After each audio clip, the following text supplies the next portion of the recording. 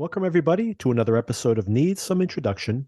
In today's episode, I'll be breaking down the third episode of Barry, Season 4, the final season of Barry on HBO, an episode called You're Charming, all lowercase, as usual with this show.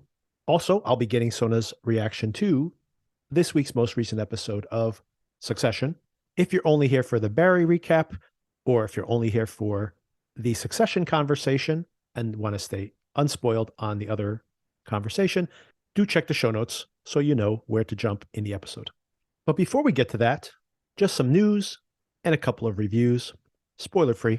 On the news front, just the announcement today, I'm publishing this on Wednesday, that Black Mirror, the excellent, usually, Netflix now, originally BBC, now Netflix, sci-fi series from Charlie Brooker is coming back in June. And we will definitely be covering that here in the show. We did need some more shows to cover in June, so luckily we do have some new content. I do love the very prescient and dark stories that we've experienced through that series. And beyond covering these new episodes, I will probably be breaking down my favorite episodes from the previous seasons as well. So look forward to that. And there's quite a lot of science fiction shows that I'll be covering here in the summertime. I guess we've just been seeing a lot of sci-fi here in general, but there are many shows that we'll be covering here. Silo, Mrs. Davis, which is currently airing, which I'll be reviewing shortly. The new Marvel Secret Invasion series, along with now Black Mirror, and I'm sure many others as well.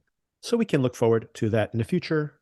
Make sure you subscribe if you're watching Succession or Barry or Yellow Jackets, which we're covering currently, or we'll be watching any of the shows I just mentioned in the future. Okay, before I get into the Barry breakdown, just a couple of reviews of shows that I have been watching and I find very interesting, but perhaps difficult to recommend.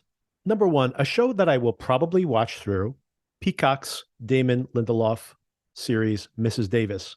Of course, the headlines are full of stories about AI, and fortuitously, this series comes out just as the world is suddenly fascinated and terrified with all these new AI tools that are about to emerge, which I honestly believe will be transformational to society. So I was very much looking forward to Lindelof's exploration of these themes, especially in this moment. And my general reaction is that I am really not enjoying this series that much. On the one hand, I find the tone to be a little bit goofy, too goofy by my standards. And I also feel that they raise some really fascinating topics here in the series, but they go relatively unexplored. So the comedy is kind of missing for me. Once again, maybe my own expectations of what I was hoping to see here. And the themes that are raised are underexplored, and there's just too much. There's this idea in storytelling, the idea that you want to have one impossibility, one ridiculous thing should happen in the story, and that should be foundational. So if you kind of come forward and you tell the audience, this is the crazy idea at the center of my story, they'll accept that because that's why they showed up. Now, if you lay another crazy idea on top of that, you start to lose the audience. The problem I think I have with Mrs. Davis is that this is a show that episode to episode keeps layering more ridiculous twists, one on top of the other, on top of the other. And you'll get a feel for this immediately in the very first episode. You have someone who is lost on the desert island, and the way that they build this rocket to be discovered is absolutely preposterous. Now, that alone could be just a funny gag, like how expertly they can make this very technical firework explosion. But then everything is so heightened beyond that it just seems too great. This is my personal opinion. Now, I'm spending a lot of time talking about this firework display at the very beginning of the show, but it is indicative of the fact that they start at an 11 and then they just keep going and going and going. And it's almost like that idea of improv where it's the yes and. So someone makes an outlandish proposal, you yes, and then you go to another level and another level. And it really feels like that is the mission statement for this series. Now, everything I'm describing, this is not a train wreck where the creators of the show have no idea what they're doing. This is their tone. This is their choice to go attack this topic in this incredibly heightened, cartoonish, literally cartoonish manner. It is like a live action cartoon, and that's the tone at which this is being done. That's my problem with it. I don't mind cartoonish humor. We're actually going to talk about Barry in this particular episode, a show that wallows in cartoonish tone, but the characters are still grounded in some way, and everything, the motivations of the characters, the performance of the actors, the tone of the show itself, the action sequences are all slapstick in every possible way, and it just isn't gelling for me. That's a very negative review, right? At that point. All that being said, I am still curious about what the show is trying to lay out here. But I would say at this moment, I wouldn't recommend this to you. I'm so on the fence about it. If you want to sample the first episode, you do not have to be a Peacock subscriber to see the first episode of the show. It's free to everybody. So if you want to sample this, give it a try. This is the tone of the show in episode 1. You have this cartoonish violence. You have this mythology of the Knights Templar already introduced at the beginning of the episode. And you're thinking, the Knights Templar, isn't this an AI show? There is this all-knowing AI as well, who sends our lead protagonist, this nun, on a mission to locate the Holy Grail. That's the mission that the AI sends her on. And it gets more complex than that. If you do sample all 4 episodes, you find out that we have the invocation of faith itself, faith in technology versus faith in religion. Any of you who've gone to Catholic school or have just even watched The Sound of Music, you know that nuns are called the brides of Jesus. They swear themselves to be loyal to Jesus. And that is literalized in this show in ways that are probably blasphemous, by the way. So this is quite a mixture of tones and ideas. It is so overstuffed. And honestly, when I first started watching Lindelof, one of Lindelof's most recent projects, The Watchmen reimagination on HBO, I felt also like that was a little overstuffed, dealing with so many different complex issues. But that show really did gel in the end, really did deal with some of these very, very deep issues in very interesting and provocative ways. So I do hope that maybe in the back half of these episodes, I can give you a more enthusiastic recommendation for this. At this particular moment, I'm very much on the fence. Some of these ideas do get my wheels spinning, but even now, halfway through the season, I am mostly irritated by the tone of the show and just occasionally will jibe with the humor or with some of these big thoughts it has.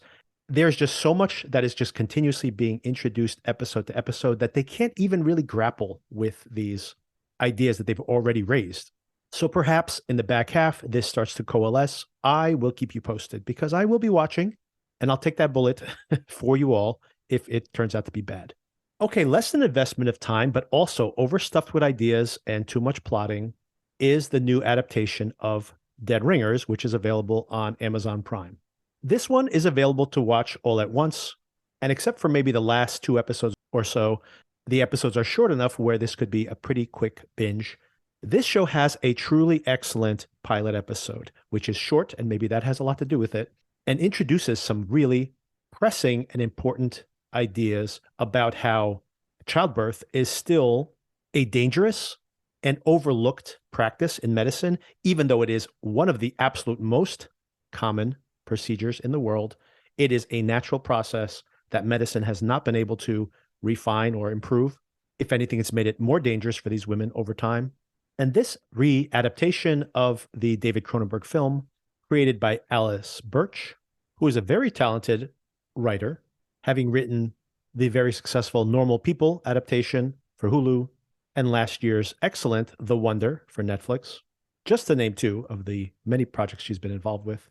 And maybe to the fact that she wrote that pilot episode, and it is so excellent, introducing all these dense topics about childbirth, and also using a truly excellent film, the David Cronenberg film from 1987, I believe, 88, which is available for free to stream on Tubi if you want to catch up on that one. And a truly incredible central performance by Jeremy Irons, playing the twin brothers, in that case, twin brother gynecologists. This has been revamped for this contemporary time, 35 years later, shockingly, 35 years later. And where that film, although it's truly excellent, is also probably misogynistic, this film gender flips the sisters, not to say that they can't be misogynistic, by the way, and one of the twins probably more so than the other. But by having this central female focus on the topic, it allows this to become more about the way that childbirth is turned into a product, whether you can successfully birth a child or have someone birth one for you, becoming an elite status symbol to have a successful childbirth, even. It's just crazy and bizarre irony. And it is explored here, just one of the things that is explored here within the series. And that first episode is so powerful, so intriguing. And I would recommend this series, although I think it is very uneven. It almost feels like an anthology. They have these running through line of the characters of these two sisters in this symbiotic, toxic relationship, which is their greatest strength and simultaneously their Achilles heel. And despite how off the mark so many of these episodes are, I would still recommend it. As a whole season of show, it doesn't really work. And yet it somehow sets up another season of a show that I can't imagine wanting to watch the next season of this. It just seems unnecessary and bizarre that this would be a continuing story. Then why am I still recommending it? Because episode to episode, individual moments are incredibly powerful. And almost if you just sample this show, I binged it, probably the wrong way to watch it. You can almost watch these disconnected, give yourself some space in between. Each one of them raises really fascinating topics, has incredibly good performances, especially from Rachel Weisz, an incredible dual performance there, playing both sisters, but also Jennifer Ely and Poppy Lou, just to name two more great performances here in the show. So all that makes it worth watching. The reason I'm so hesitant to give it a full-throated recommendation is the fact that the show just keeps adding new things in there. There is a science fiction element to this that goes nowhere. Once again, maybe would pay off in another season, but why introduce it at this early stage in the show, especially since it has no real payoff within the context of these 6 episodes? It really just feels overstuffed and needed to be streamlined. I think back on the original film, Dead Ringers. The focus of that is just about this relationship between these two men, these brothers. They really complete a whole person in some ways, even explicitly in the film, they express that idea. And that is suddenly intruded upon by a relationship with this actress. That is what this series is about. The relationship with the actress here is not truly as focused, or maybe if it's intended to be, they don't give this actress enough time, enough space to become that interloper. This is all to say that this just feels extremely unfocused beyond the relationship between the sisters, which is so strong, and the characters are so well defined. And once again, Alice Birch writing episode 1 and episode 6, the first and last episodes. I don't even think the last episode is that strong, but it really does feel a true bookend to what is introduced in that first episode.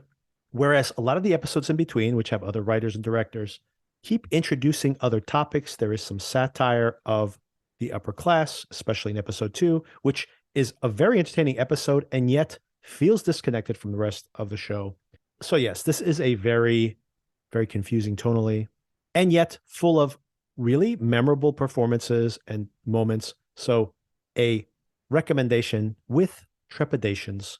I would even say everyone should pretty much watch the first episode with one caveat. I believe they have actual childbirths. I believe these are actual childbirths in that first episode. If you are squeamish about seeing that, there's also some surgeries, which are obviously, to my eye anyway, obviously special effects or practical effects. The actual childbirths are a little more traumatic to watch, I believe, for me anyway. So your mileage may vary on all of this, of course. We have this writer strikes coming up. I was anticipating that many of these secondary streaming services are probably going to have to shutter down given the amount of money they're bleeding within the next year or two. The writer strike without content piping through, if the writer's strike actually occurs, is only going to accelerate that process, because secondary streaming services like Peacock, for example, minus the new content, will really struggle to keep their lights on. So this may be the final moment where we can have shows like Mrs. Davis, where we can have shows like Dead Ringers, where it's something quirky, it's something very personal from the show creators. So I appreciate the fact that we live in the moment where these things can exist. But in the case of both of these series, I think that somebody should have looked at those scripts, should have looked at those ideas and said, you know what, you got to neaten this up a little bit. You got to tighten this up a little bit. You got some good ideas here. You got some great parts. Let's make this a little tighter. And in both cases, I think these series, very different in tone and ambition, nonetheless needed to have a little bit more editing. And this is the double-edged sword of giving these showrunners carte blanche to do whatever they want to do. You get something that is very experimental, that never could have occurred. Thank you very much. I appreciate having that opportunity to see it. But maybe a stronger hand could have made all of this a little more successful. So 2 confused recommendations for me. Sample episodes 1 of both of those series and see if they work for you. Okay, Barry season 4, episode 3, You're Charming. As the episode opens, we see the first sand delivery arriving at the warehouse where Cristobal and Hank have set up their operations. Couple of points here. I love how this opens this video game-like scene where the camera seems to be clamped onto the truck as the truck is moving down the street and, of course, gyrating. And this armed security guard riding atop the truck, not sure why you need to be armed to transport the sand, is jostled by the movement of the truck. And it's just this very surreal image. It's just an intriguing way to photograph the scene. It looks like it's artificial, like it might be a special effect even. So just very interesting that this is the decision that's being made by Bill Hader, directing once again this episode. He seems to always be thinking in every scene, how can he make this a scene you haven't seen before, not a boring scene. Second point here, that they're dumping the sand out once they arrive at the warehouse and everybody's celebrating. Not sure I would want to dump the sand out. Seems to be like you would not just dump this in the middle of the parking lot. Barry and Cristobal are happy witnessing this happen. Hank notices someone is there. It's Toro, the hitman they've hired to take out Barry. Played by Guillermo del Toro, the Academy Award-winning director of this year's Pinocchio, Best Animated Film. Also Best Film and Best Director for The Shape of Water, some 4 or 5 years back now. And before that, I believe Best Foreign Language Film for Pan's Labyrinth. And I do not believe he has ever acted before. They just cast him as Toro, and he tells them the plan to kill Barry. He has these 2 hitmen that are going to infiltrate the prison. They also happen to be podcasters, fellow podcasters. Apparently, they rate and review gadgets, but stupid gadgets that people buy that never work, including one, a jacket that will make s'mores in your pocket while you walk around. I like the fact that Toro responds that it does work. Apparently, he's bought one of these, got suckered into buying one of these s'more jackets. Christopher asks, aren't you worried that these famous podcasters will be discovered? But of course, fellow listeners, we all know you listen to a podcast, you don't know what these people look like, unless you click on the link, maybe to their social media. But as Hank mentions, no one's going to stop you listening. You're driving, you're busy. You're not going to go click on the links. You don't click on the links to see what the products look like or what the hosts look like. Toro's a little annoyed with this. Apparently, he's heard this before. Another very funny sequence. Gene and his agent, Tom, played by Fred Melamed here, meet with the DA. I had speculated this character was actually the chief detective or something, but actually the DA, DA Buckner. He informs Gene that Barry's working with the feds, but he should be okay as long as Gene keeps his mouth shut and doesn't talk about the case. The FBI is cutting a deal with Barry. He's informing on some big crime figures. Apparently he's very valuable to them. Sir, if he goes free, he is going to come and kill me. Well, let's not get ahead of ourselves, okay? I'm sure you've got some big protocols in place to protect your witnesses, right? We have some, but if a defendant is willing and determined, it can be hard. But that's usually ex-military, so I'm not too worried. Barry is ex-military. Oh. Do you own a gun, Mr. Cousineau? He does own a prop gun, which he was given by Rip Torn. If Rip Torn gave it to you, it probably fires real bullets. That's good. You know what? I'm just going to go into hiding. They always find you. I've had many cases like this, but I can't talk about them. Because they're classified? No. They're really disturbing, and I just don't like thinking about them. We're in a good position here. Your story and the facts line up. There's nothing they have to cloud the case and set him free. We've controlled the information. So, just continue to stick to the facts. And when you're outside this office, keep your mouth shut. But of course, Gene has not kept his mouth shut. He just gave a one-man show to a journalist that's about to write all of this up in Vanity Fair magazine. I also love this idea that I've seen this in the past. I don't want to think about it. It's always gone so badly. Tom crashes the car once Gene confesses that having given that one-man show to the journalist. I like Gene's exasperation with himself also. When asked what is wrong with him, he says, I don't know. We see Barry is truly cooperating with the FBI here. Very funny that they have the board up with all the different folks who he can turn in. And pretty much everybody's X'd out on the board, except for Hank, Cristobal, and Fuchs, who, of course, is currently in prison. What an incredibly fascinating character that Barry is, by the way.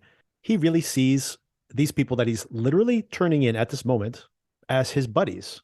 He talks about how sweet it is that Hank and Cristobal found each other in all this, and yet will threaten to kill them later in the episode. Lon, the journalist, goes to visit Barry in prison. Barry is furious that Gene is telling his story. Meanwhile, following up on last week's offer from Gene to run an acting class, Sally is indeed in front of the class, seems very comfortable here. She at first is concerned that everyone just showed up because she's that person who went viral for freaking out on social media. But interestingly, everyone in the class is very forgiving of her. As a matter of fact, they all say she had a very honest reaction, and it's understandable. But things go wrong when she interestingly play acts at being Gene. She calls out a pretty young woman from the audience, just as Gene did to her. Your whole entire life, everyone said you look good. You have a nice body. You have a nice face. You're charming. You just got away with that. Now you need to actually act. You need to dig deep. And there is a legitimate anger in her attack on this girl. As we also saw, Gene on stage was pretending that I'm just coaching you. I'm just your teacher. And yet there seemed to be this simmering resentment under his facade for having been this failed actor, for him having to be a teacher now and never having been the success he thought he should have been. And he lashes out at his students and then acts like, oh, no, it's okay. It's just my teaching technique. This is all very interesting because you see how it does work in getting this performance from this actress, and simultaneously how the audience who accepted the fact that Sally was this monster in that sincere reaction in the elevator find her to be abusive here to this actress in this particular moment. So maybe something thematically going on here in the season where people are pretending or perhaps playing out the dynamics that they've experienced from a different perspective. So whereas Sally was verbally humiliated and used in some ways by Gene, she is now playing that role with this new actress. Lon, this poor journalist, his next stop in confirming Gene's story is to go and visit Jim Moss. Jim Moss takes him to the garage, just as Gene recommended last week. Meanwhile, Fuchs is all alone. He's lost his buddy. He's being ratted out by Barry. Once again, another role reversal here. I like how he's mocked by the other inmates. They call him Big Bird instead of the Raven. What else do they call him? Fish tits? Baby shoes? Is it baby shoes as well? Something like that.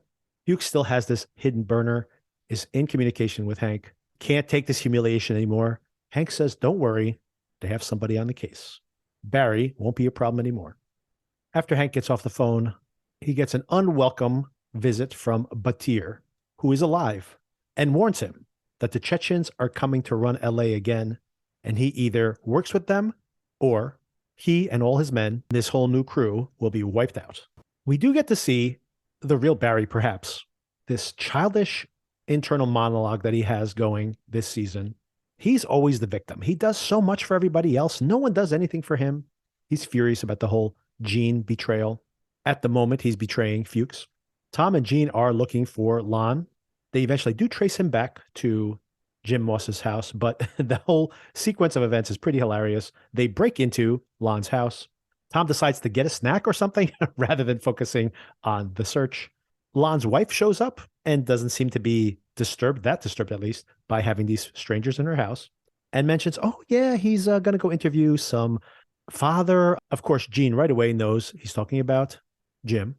When he shows up at Jim's house, he's hosing out the trunk. And I was like, wow, has he killed Lon because he's writing this story? No, somehow he has just broken his brain. He can only speak in German now. And I assume has forgotten about writing this article completely. Poor Sally has lost her entire audience except for this girl that she humiliated on stage. She really did get a role, as Sally had speculated, and she really does need someone to help her get to that point where she can give this performance. This confrontation from Sally has been the only thing that has gotten a reaction out of her. So she is committed to this acting technique, although she's lost the rest of the audience. Interesting to think about what this is representing here. Is Sally yelling at this younger version of herself? Also, why does Jean get away with this where Sally does not? Is it just because now we're in a different generation where these younger generation of folks will not tolerate that? They did not grow up in a culture where that was acceptable. Or maybe it's the fact that Jean, because he's given that speech so many times, that it is obviously a performance, whereas Sally, and it does seem to be the case, is honestly very, very upset and purely emotional in that moment. Or maybe a combination of all of those. Barry calls Hank. He needs Hank to kill Kusanov. He's been talking, but Hank says no. And once again, we see the ugly side of Barry. It's like you're only out for yourself. That's not true. That is not true.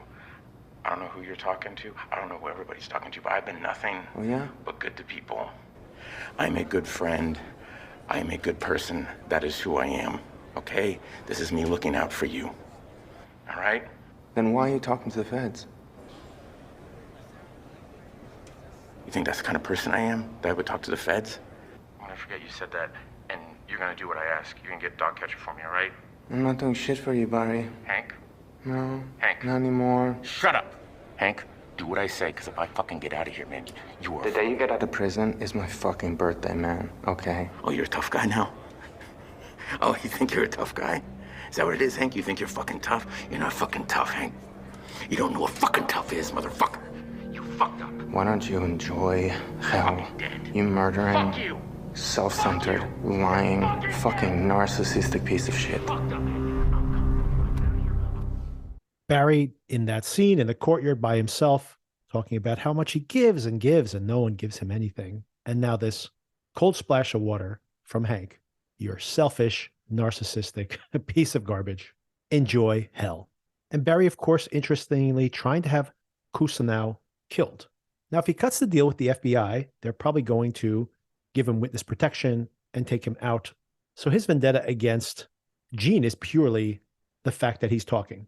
Once again, the idea that no one else has any interiority except for Barry himself. This is pure sociopathic behavior.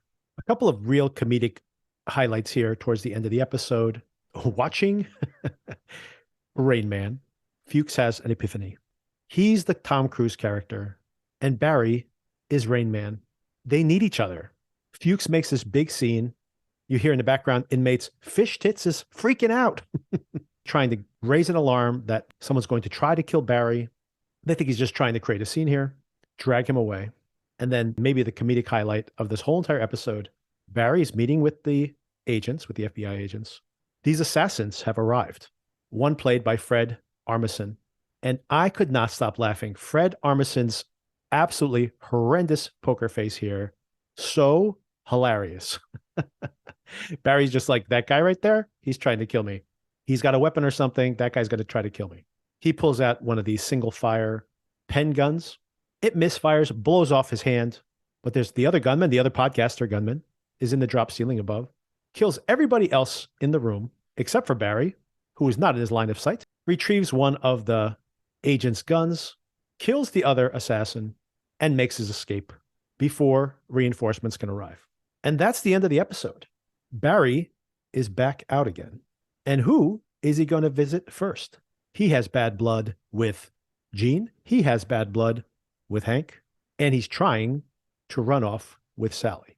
And we'll see how all that craziness plays out next week. So I continue to be very curious about this show and how it explores this idea of performance, how these gangsters are actors, how these actors want to be gangsters, and these reversals of fortune when all of a sudden you have the upper hand, how that changes the role you play. And now with all these reversals this week, how everybody is now donning another cap. Gene, no longer the storyteller, no longer in control of his narrative, is now freaking out and becoming a different version of himself. Barry, who got to play the nice guy when he was on the outside, wanted to get out of this business, his mindset, the mindset of a ruthless killer once again, and purely selfishly rewriting history, always the victim in this scenario. We've already seen a reversal where just in the first episode of this season, just last week, he was suicidal. He was feeling the weight of the crimes he had committed. We also see that once again at the end of last season on that beach with everybody whose life he's destroyed. And now just on a vendetta kick again. When he gets angry, he sees nothing but his own needs and his own affronts, how he's been wronged. In his mind, he's always the one who's been wronged, even as he's killing everybody around him. And amazing to me that they've already gotten him out of prison. And episode 3 of this 8-episode season, we're not even halfway through, and there's a lot of season yet to come. So I had anticipated maybe a confrontation with Sally in the next to last episode. And once again, I had speculated that maybe Sally's the only one who can finally end his reign of murder. But I have to assume he's going to run into her sooner rather than later. So what is the shape of the end of this not only this season, but this series in total? I have no idea. And that's a good thing. Okay, let's move on to my conversation with Sona, where she gives me her feedback on this most recent episode of Succession. All right, Sona, I broke down the episode plot beat by painful plot beat before you joined. But so mostly I just wanted to ask you some questions before I get to some of the specific questions I had. What was your general takeaways from the episode? I loved it. I thought it was really fun to watch, very witty. The setting was beautiful. The plot moved forward quite a bit, laid the groundwork for some interesting stuff to come. Yeah, I love this too.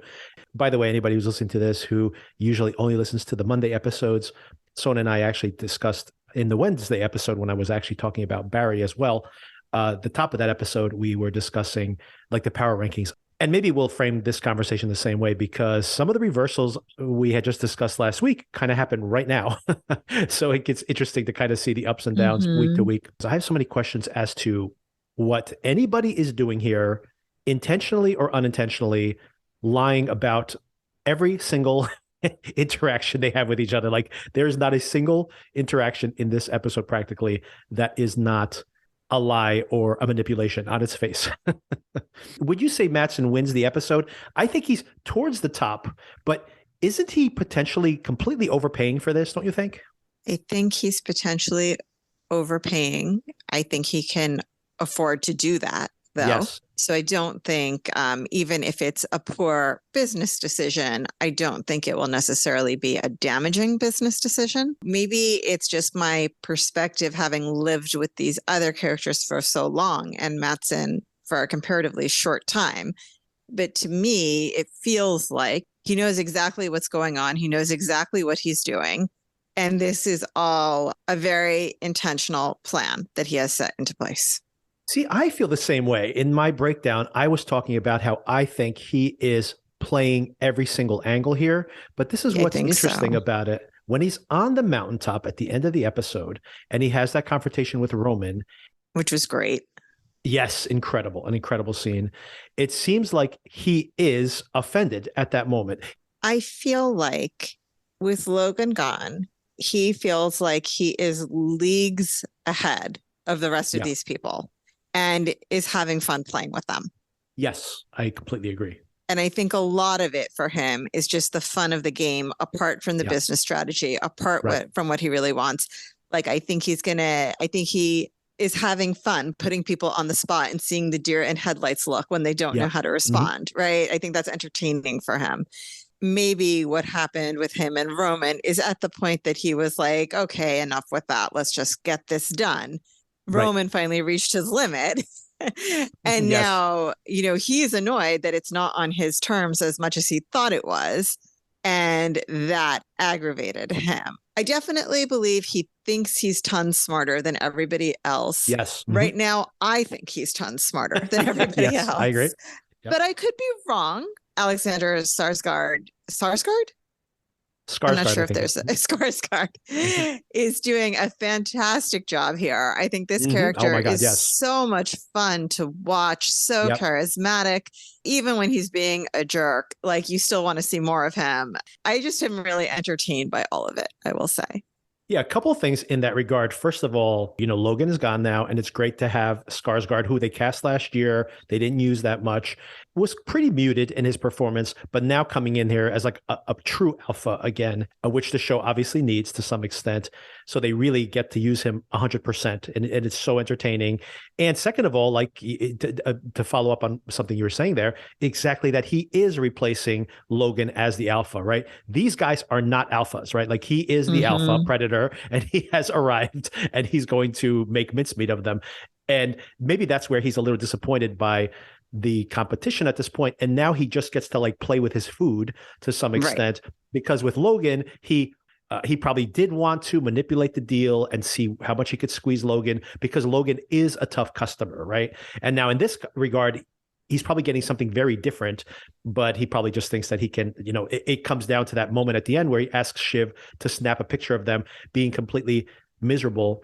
And of course, the irony of ironies is that everybody else on that plane this is incredible. You milked the Swede for every penny. You guys did an incredible job. How he's playing at such a higher level that they think that their company is the most important company in the world in their own minds. And meanwhile, this guy's just like, I don't care if I overpay for this. I just want to get that photograph of them so I can like meme it on Twitter. Like that's all he cares about. And if it costs him an extra $25 million, who cares? $25 billion. What am I talking about? Millions. We're not talking about millions here. Yeah, it definitely to me feels like a cat with a mouse, right? Like just batting it around for a little bit before he goes in for the kill. Right. And I mean, think about it. Even Hugo and all the people who made the kill list at the end, they're still walking away with, who knows, extra millions of dollars from this whole thing.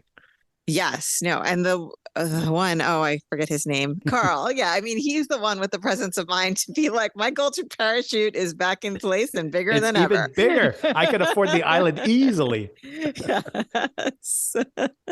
Oh, it's so funny. And it's probably the best thing for all of them, right? To just walk away if they possibly could.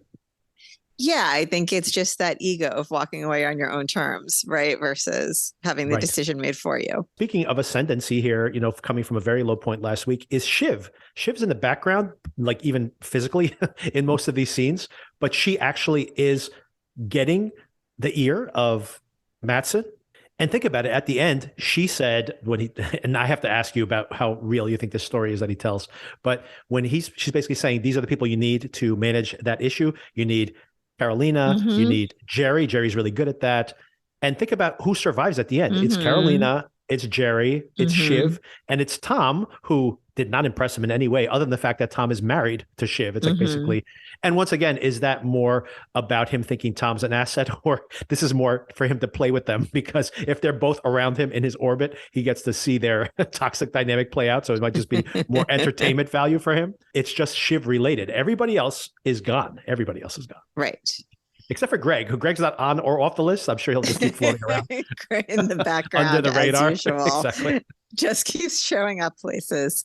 By all appearances, Shiv is a winner here. But again, maybe I'm giving the character too much credit, but I feel like it's all part of his game. Oh, I agree. I just mean that she wins the dynamic between the siblings, which may not matter at all in the grand scheme of things. Yeah.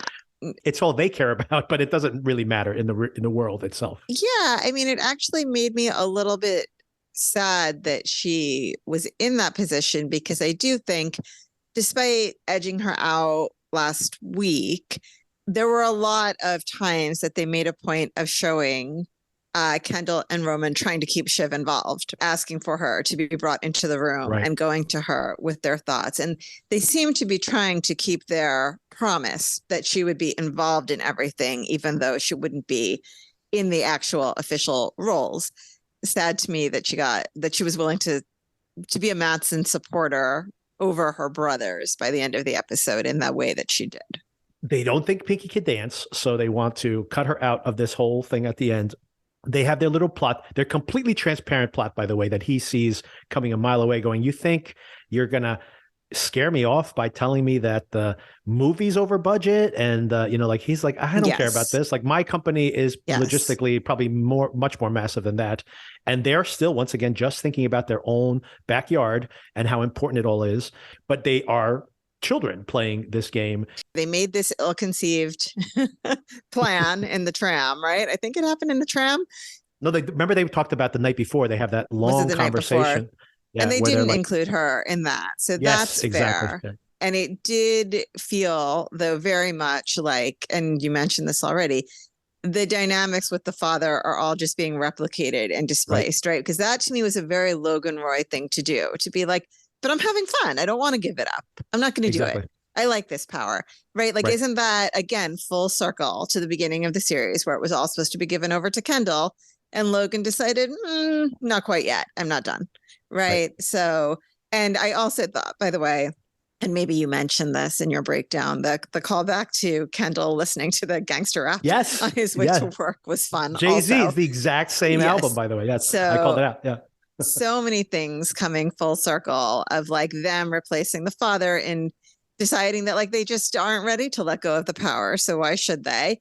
And I guess, you know, the kids, the way they used to plot against the dad, now Shiv is plotting against them in that way. I don't know.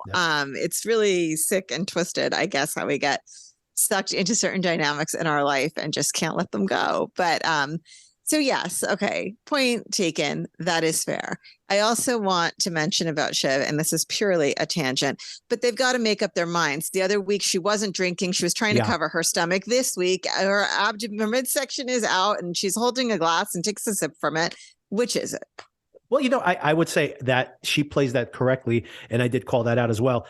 He gives her the cocaine; she fidgets with it. Does not do the cocaine. No, that I saw. And then she nurses the whiskey a little bit. If she took a sip, she barely took a sip. So I think she played that right. But let me talk on. Let's speak on that. But she does the champagne on the plane. Good point. Very good point. And she does actually drink at one of the meals as well. You're right. You aren't going to take a sip of champagne at your brother's wedding, but you'll take one. Right, you know, I you know, I'm annoyed with this whole plot device to begin with. Yes. So it bothered me more. Like yesterday, last week, you had to have your jacket buttoned every second. Now I can see your stomach. Which is it, Shiv? That could also be, I mean, well, let's not get, you know, that's maybe extra textual, but that could also be that, you know, as they're shooting these shows, she's becoming, the actress. I thought of that. More pronounced. Yeah. Yeah. It might be harder to fit her into the, I mean, like not to fit her into the wardrobe, but like to style the wardrobe like her character, given the circumstances. I have a feeling that towards the end of the show, she's going to be much more covered up in general. So, I mean, we still have a whole 5 episodes. It's pretty amazing. We're only halfway through the season. It's so much has already happened. Okay, so let me use that as a starting point to talk about, because we have the same read on this, the manipulations of Matsson, right? He asks for some core people to show up. Then in the 11th hour, he says everybody should show up. Jerry says, and Kendall says, well, should we comply or not? Jerry goes, well, we do want the deal, right? So we should actually play ball. Probably the right thing to do, but to get everybody, he could have made some excuse like this is less than a day's warning, but then they get everybody on the plane flying over in the 11th hour. They kind of jumped a little too eagerly. And then all the manipulations you say with Matsson, you can almost watch the whole entire show, this episode, through that prism of what manipulation he's trying each time. Oh, the first thing I want to call out, by the way, you mentioned last season how attractive you find him to be. And obviously he's a really handsome guy. But I mentioned that he was kind of, you know, when we met him, he was a little sullen, very puffy. You know, he was talking about how he hadn't slept in weeks or something because he's trying some new thing where he doesn't sleep anymore. I was like, well, you know, he did a good job of like kind of making him like a little less attractive. And I think very intentionally here, he made that Viking movie in the meantime and got pretty jacked up for that role. And I think that he's pretty much maintained that physique. And I think intentionally so. It's like he's very intimidating when you have these actors who are probably 5'5", 5'6". Yes. And he's this massive Nordic 6 foot whatever guy. And I think intentionally to, you know, express his dominance over them in this negotiation as well. And I think they use that to effect. There was a shot with, I think it was Kendall, Roman, Tom, and Greg. And even Tom and Greg seemed so imposing. They seem small, right? You know? And so, yeah, it's compared to Matsson, it just translated on a lot of levels that they were out of their league. Yeah, exactly. Okay, so the first thing that I found interesting in that early negotiation, and there's those 3 main negotiation moments, and now we have to throw the Shiv conversation in there too, because that's manipulative too, I think. He has them all go up there. He asks them all to go up on the gondola up to the top of the mountain. And then when he gets there, he's like, hey, you guys brought everybody? I'm just here by myself. Like, what an asshole. Oh my And, gosh. and then of course they like, oh, okay, like we'll do it on our own. And then and then of course he says the whole thing, I'll buy your company for $1, just trolling them, but also setting this baseline that, oh my God, he's going to go really, really low. And then he it's like the rope-a-dope. He like goes really, really high. They literally have no response to this because they know going that high makes this deal one that they basically cannot reject. Kendall initially seems to want to make the deal, and Roman's the one who's dragging his feet. Is that how you read that first negotiation? Yeah, Roman seems very hung up on what the father's intentions were and honoring those intentions, right? Rather than, is this a good business decision or not? Meanwhile, Shiv, when they finally tell her, she's just like, fine, sell it. Yes. It's toxic. Well, yeah. And she's just heard about that improper communication, right, between ATN and the candidates committee. So, yeah, I think she's just kind of like, if we can get rid of this right now, let's do it, because I don't want to deal with the repercussions. And then, of course, they have the negotiation again. He calls them out. He says they start mocking Tom and Greg, talking about whether France will survive or not. And he goes, well, we're just passing the time until you come back with a counteroffer. And that's when things go sour, right? Where, what does he say to him? He says such incredible dialogue in this sequence. He gets angry. Matsson in general is very controlled, but Matsson actually gets angry and basically says, I don't care what you think. You guys are just a tribute band. You guys are just a tribute band.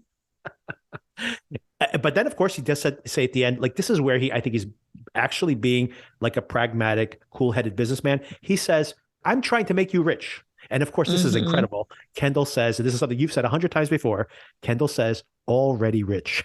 Yes. You've been circling around in our recaps here is the fact that this is all funny money for them, right? If this deal falls apart, if the stock price tanks, they will still be billionaires. And if they double that, they'll be multi-billionaires. And it's like, what does it matter to them? None Where of this does it end? Yes. Right.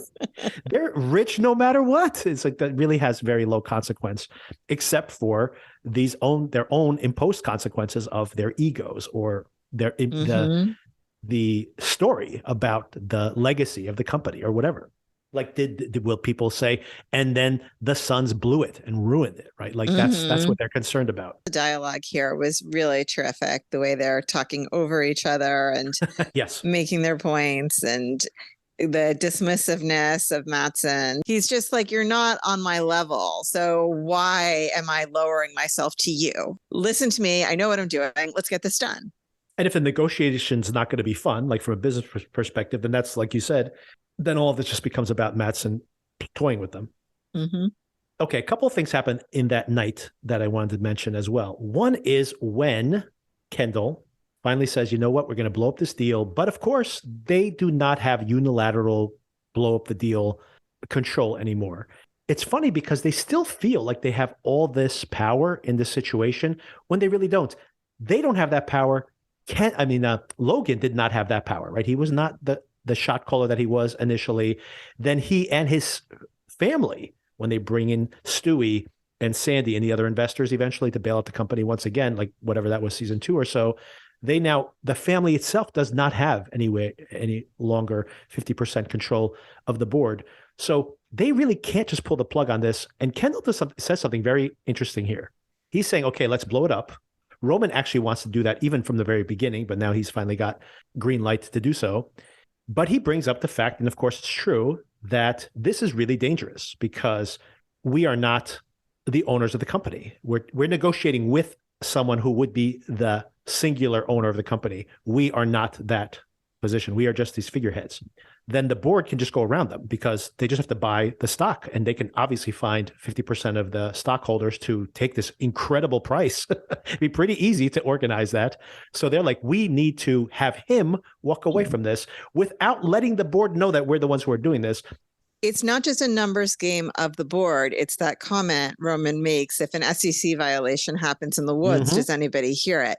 Because this is a publicly owned company and they have an obligation, if there's a good faith deal on the table, absolutely, to take it to their shareholders. So regardless of whether they had the numbers or not, they still, I think, would have to present it to their shareholders for a vote. My corporate law is very rusty here, but I think it's beyond just having the numbers of like who has control of the company. I think it would be an SEC violation. And then, yes, I do think it's what the show is about, right? The lengths that you go to for power and the high that you get from it, right? So if you can't, there's so many different ways to chase that high. Some people are drug addicts, some people are alcoholics, some people are corporate raiders. Right. This is Kendall's new version of it. And I think to me, it was so much a parallel to what I could see Logan doing, that like there probably is something that feels really good about it, and that like he is like his dad, right? The whole like you're not a killer, but he was, I mean, he was technically a killer very soon after, but you know, that like and you see it with the later line to Matsson, to Siobhan, like they all want to be like dad. I think there's a high that they get off being compared to their dad or doing something their dad would like or admire. It's as if that's the pleasure of it, that this is now fun for him because there's a risk that they could ruin everything. Yes. Okay. In that same night, Siobhan and Matsson hang out, and we kind of opened with that, but I want to circle back to it, not only because whether she drinks or not, or how she manages that whole situation, but much more importantly, I think, is this whole entire story. It is a very funny story, by the way, that he's like, you know, crazy we started this joke story. It was, he sent her a block of his frozen blood, a lot of it too. And it was not funny at all. But then he kept doing it, and then it became funny. But then it got scary again. And anyway, she goes, and then it got funny again. And now he's basically in a place where it's not funny anymore. I like that whole idea of that, because that does happen sometimes, right? No, this is an extreme example, of course, of a joke that goes from funny to not funny to back to funny again. But this is beyond, like, when we talk about in the context of the television show You, like that certain behavior is romantic if you like the person, but stalkerish if you don't. I mean, this is, I think it's creepy, crazy bananas, regardless of how you feel about the person. Although we have the Angelina Jolie, Billy Bob situation. Yes. This is way more than that, though. You have to like sit there, you have to hire somebody to do this for him on a regular schedule. Secretly, the biggest laugh out loud line for me in this whole entire thing was Siobhan's reaction to this, when he says, well, you know, we could maybe just sweep it all under the rug. And she goes, it's going to be hard to deny it when she has so much of your blood. Yes. Like that blood has your DNA in it. I mean, I was thinking the same thing at the time. Yeah, it never happened. Okay, explain this separate freezer I had to buy to store your biological hazard blood. I had to buy a separate appliance for it. Oh boy. All that, as hysterical as it is, how much of this do you believe is real? Why would you reveal this to Siobhan on the 11th hour of this purchase going through? That's when I felt like at this moment, was he trying to scare her away, or at least feel her out to see, like, if I tell her this, will she go tell her brothers? Will she give me bad advice? Will she be shocked and upset? Even if it's true, why reveal this at this moment in this negotiation? It was some sort of tactic to see how far this story goes, or, you know, makes it its way back to him somehow or something, because he, to me, is a person that holds his cards very close to the vest. Exactly. We certainly haven't seen anything to establish a bond between the two of them that he would feel it appropriate, or he would be comfortable sharing something that, in my mind, would be a pretty personal story. Although maybe the whole company knows he's been sending blood. I don't know. Maybe he was trying to get ahead of it. Eventually, you're going to find out. I've been sending bricks of blood to this woman. First of all, I think he was entertained to see how Siobhan would take the story, right? Whether she would get freaked out or whether she would kind of be able to hang. But then also, kind of planting a seed for the future. And I think also there was a part there where there's this whole idea. It was set up pretty cleverly early on, where they're talking about it's this chemistry test for the different executives. And that part of this was just to see who fits, who doesn't fit, etc. And that he's testing these different folks of Matsson to see who makes it and doesn't make it. So it's not only to see how Siobhan reacts, but also to see what advice she gives. Those people that she says, these are the 3 people you need to talk to. Those are the people. It's just a very simple way, instead of sitting down and going like, can you give me the performance review for X, Y, and Z? The people she says, these are the essential people you need to have. That's it. That tells you everything you need to know. He doesn't have to sit down and go through, years of reviews on all these different folks. He knows these are the people he can trust. These are the people that, like Logan, would turn to. So that's the people he wants. That's as simple as that. Much more useful advice from Shiv than her previous advice, which was, I think if you raise the number, we can get this across the line. Hey, that's what he does too. He calls her top mind. Thank God you're here. You mean if I keep upping my price? Yes. Eventually they'll sell it to me? Oh boy. So the final negotiation and then the fallout from there, he loses his cool again and says to them, your dad would be so ashamed of you, you guys playing Scooby-Doo. And then he goes and pisses against the rocks. Speaking of mirroring throughout the season, you have that sequence where they met each other that first night where they're by the urinal and they had that whole interaction. And here they are again in a very different context. And Roman, great performance here that Amazing. He almost doesn't say anything. Then you see the tears well up in his eyes and he's like, I got to go say something. And he walks over and he just lays it all on the line. And everything he says is 100% on point. And once again, the most emotional of them all, despite always trying to hide it with this comedy and this sarcasm. But everything he says is true. But this is business, man. This is business. And he cannot see this as a business transaction. That's the theme here. They are not good at this. True. What is their plan? How do they make this work? How do they, being the people they are, possibly keep this business afloat? Like, they are incapable of doing this and then want the role. Like, it's insanity to me. Absolute insanity. Is it Dunning-Kruger syndrome? Something like that, of people thinking they're better at things than they actually are. Probably largely men, I'm guessing. Don't know what it's like to be told no. They don't know what it's like to fail because people have protected them from failing. So like, it has not occurred to them that they're in over their heads, or if it has, they'll never admit it. The scene is amazing with Roman, but he does realize after getting all of this off his chest that he's taken it too far and starts trying to backpedal at the end, right? Of like, if you tell anyone I said this, I'm just going to say it's a negotiating tactic. Maybe it is a negotiating tactic. Maybe it's not. Who knows? Yes, and he just walks away, right? Because he realizes like, oh crap, this was not the time or the place for that confrontation. Now it's out there. So what can he do? Okay, it was a negotiating tactic. And they have decided to tank the deal. So in that way, and Kendall says it too, right? Like, well, that's not how I had expected us to get this done, but okay, exactly. It's done. But maybe that works. Exactly. Despite their best efforts, it still didn't work. But Right. That's the other thing I want to talk about, is not only that incredible moment on the mountaintop, but then how everything, it's such an incredible way to almost reread the entire series. In the fallout from that interaction, the boys lose. They are miserable. It's almost as if, to that point, this was a negotiation tactic. Their goal in coming out there originally, their original goal is, we can squeeze the Swede for more money. There's more money to be had. And then they go out there and they give a better number than anyone could have possibly imagined. Everybody's absolutely shocked. The point is, they have successfully done what they said they wanted to do, supposedly, and they're absolutely miserable because that was never their actual intention. They don't even know what their actual intentions are. It's so bananas. And I think that, once again, is like, it almost becomes the theme of the whole series at that moment.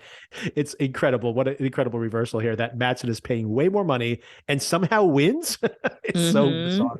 Everyone's trying to give them the accolades, right? Saying like, wow, you really did it. You really pulled it out. Amazing. Your dad would be so proud of you. Nice work. Yes. And just Jerry and Frank and Carl are thinking like, oh my God, these kids, we had the deal in place. These kids have a chance to blow this all up. And then they come out with the first price and they're like, oh my God, this is a great price. Oh my God, these loser kids, they're doing it. They're doing it. Yes. And then And then they're terrified in that last day. Like, you guys, you sure? You sure you don't want us to come with you? You sure you got it all? You want to run it by me again? Right. And then they come back down with the new price. And Frank's like, oh my God, you guys did great. You guys did so great. And behind closed doors, it's a train wreck as far as they're concerned. It's just the irony of it is so incredible. It's the funniest thing on the show, basically. What did you think about the Shiv and Tom interactions here? They are such children. Everybody, I guess, on the show. Yeah, like grade school when she's stepping on his shoes to scuff them up. And then he flicks her earlobe, saying they're too meaty. Chewy. Chewy. Too chewy. It's so silly, the whole interaction. And then, of course, speaking of just how petty they get, she, on the plane, starts teasing him, saying, well, I talked to Madsen, and, I have to have a very difficult conversation with you, Tom. And Tom's like ready to be fired. And she's like, you have to get rid of Sid. And he's like, okay, I could do that. Done. Yeah, exactly. And by the way, she wants to have dinner with him when they get back to New York, because I think she's going to tell him about the baby. But now this is problematic, because if she's just going to be controlling the access he has to the baby or something, now she starts becoming like her mom, this thing that she supposedly, despised, right? It's exactly what the mom did with the relationship with the dad. Well, the description she gave to Madsen of what happened, right. I broke his heart and then he broke mine, seemed a little bit more mature than I expected Shiv to be, actually. Right. I also question whether Tom really broke her heart, because I'm not sure how much she ever really loved him, but that's my personal view. I don't know why I think this, that maybe she's seeing a possible future for them. I honestly read it that way initially, the same. She's about to have this child. She's committed to that. She needs a father figure around. It was only when I was recapping that I thought maybe there's something more toxic there, because I was seeing these scenes next to each other. Well, she's a toxic person. Right. But also like the whole petty, trying to step on his sneakers and all that stuff. Like seeing those scenes all together, I'm like, I don't see a trajectory here where she suddenly is the bigger person. Although it is interesting that you circle it back to that conversation. It's kind of like a grade school flirting, though, maybe. It could be. That's true. That's actually a good point. I mean, that happens a lot, right? Where you're like getting punched in the arm by the boy on the playground, actually wants to kiss you, not punch you. Yeah, I don't know. And by the way, we forgot to actually discuss this last week, but we're all assuming the father of the baby is Tom. I just want to say it out loud, yes. Right? Yes. And not that political analyst guy. Hey, you know what? I actually toyed with that and I forgot to bring it. We should have made it. I haven't worked out the timeline.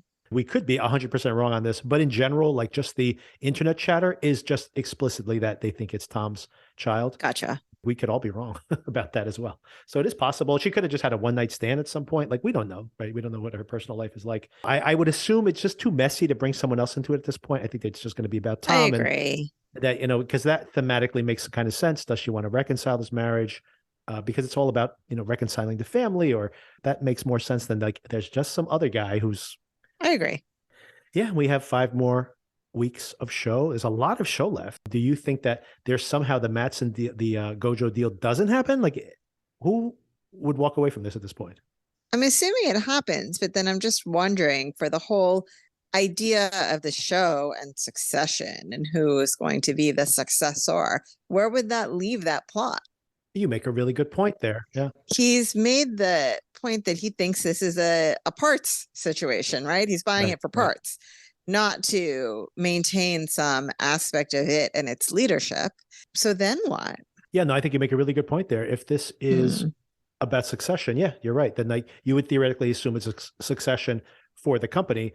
If Madsen just buys the company and merges it into Gojo. Yeah. And then just, like he says, takes the best parts and like says, oh, I have a cruise line. Maybe I'll sell that to somebody else. I have a movie studio. Maybe I'll set that to someone else. Or actually, he needs the content. So we'll probably keep that. And he's getting ATN. So it's not like that's going to be a separate thing on its own that merges with Pierce and, all of that. Yeah, and he's not even vested in ATN. I love that whole description of saying, which leads to that whole first fracture, where they're saying, I don't think you know what you're buying, like this very important asset. And he goes, I've watched it. Lots of, what does he call, small men yelling loudly, lots of thick veins. and he goes, there's limited upside to news for angry old people. And then, of course, that is shocking to the siblings, the brothers, because in their minds, like that is like the most important thing in their brand. And he's like, I just want to turn it into like Bloomberg so that I can get it on every single cable channel around the world. And I just run headlines on it. And it's super cheap and it generates money. That's all I care about. Maybe it could be about the leadership of Pierce. I don't know. Yeah, bringing Pierce into it is very strange. I like, by the way, how they want to like merge Pierce with ATN now. That was their new plan. It makes no sense. Yes, like MSNBC and Fox. I'm like, what? I don't know how that works. Yeah, just another bad idea. Many bad ideas for these guys. Theoretically, what you could do is you could own both channels and basically keep the brand going, right? Where one's left wing, one's right wing, and you create news for each other because you basically have two competing teams. But even that would seem tedious after a while. Yeah. Anything else? Greg and his cluelessness trying to insert himself into the family. Also, the quad squad and the quad squad. Yeah. Yeah. More hapless than ever. There was also the side plot of Connor being left to deal with the funeral services. Yes. Yes. And the kilt. Yes. It's fine, Connor. Send pictures. Don't send pictures. And then he sends a picture. So. Yeah. And we will know more next week. All right, Sona, I'll let you go. And we will touch base again on Friday to discuss Yellow Jackets. Sounds good. 4 more episodes of Yellow Jackets. A little bit shorter that season than this one. So 4 more. All right. Thanks for the conversation. You too. Talk to you later. All right. Talk to you soon. Bye. Bye.